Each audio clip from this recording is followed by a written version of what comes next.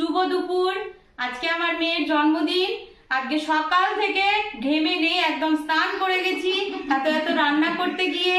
তোমরা একটু দেখো আমি আজকে মেয়ের জন্মদিনের জন্য কি কি রান্না করেছি। প্রথমেই দেখো সাদা ভাত করেছি, তার সাথে পাঁচ ভাজা, বড়ি ভাজা, পটল ভাজা, আলু ভাজা, ঢ্যাঁড়স ভাজা আর গাজর ভাজা। তার সাথে একটু স্যালাড আছে। আর এটা হচ্ছে পটল বাটা। তোমাদের এই রেসিপিটা আমি পরে তোমাদের জানিয়ে দেব।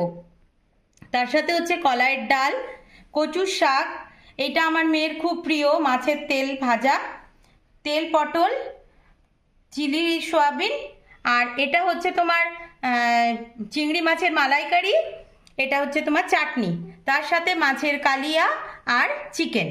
আর এইদিকে হচ্ছে যেটা ছাড়া জন্মদিন একদম আমাদের হয় না বাঙালি বাড়িতে, যেটা হচ্ছে পায়েস আর মিষ্টি।